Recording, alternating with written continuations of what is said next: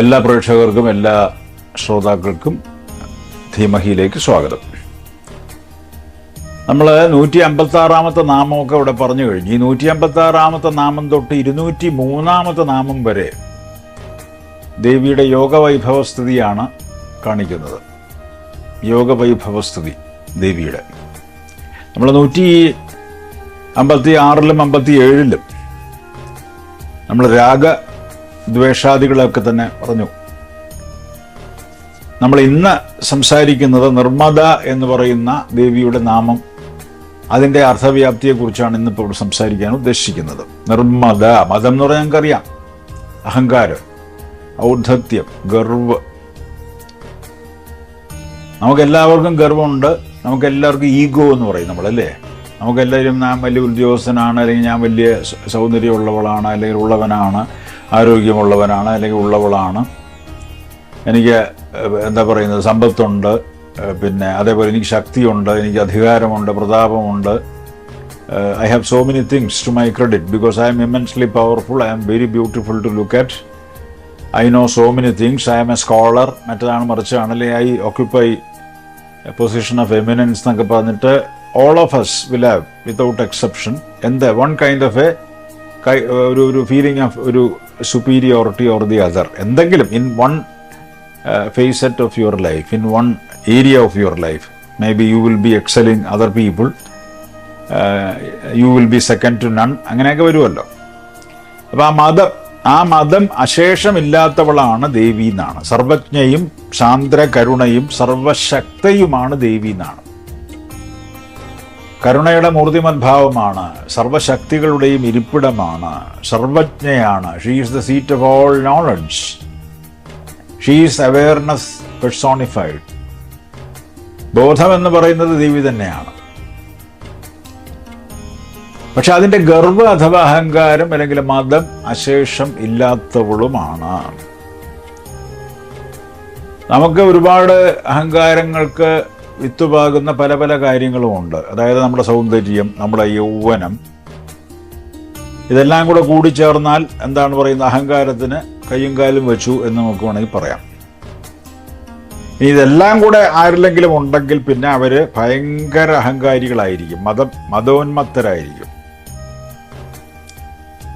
പക്ഷെ ഇത് ദേവിയിൽ ഇതെല്ലാം ഉണ്ട്.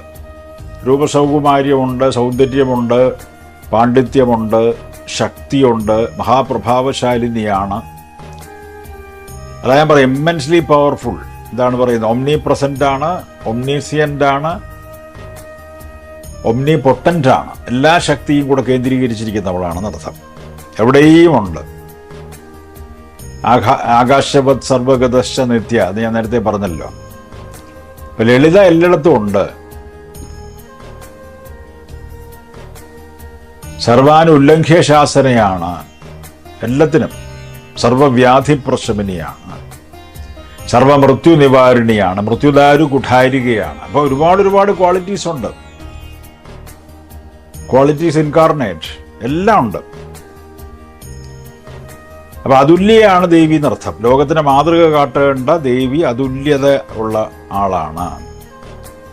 പക്ഷെ അതിൻ്റെ അഹങ്കാരം അഥവാ മതം അല്ലെങ്കിൽ ഔദ്ധത്യം ദേവിയെ തൊട്ട് തീണ്ടിയിട്ടില്ല എന്നാണ് താല്പര്യം.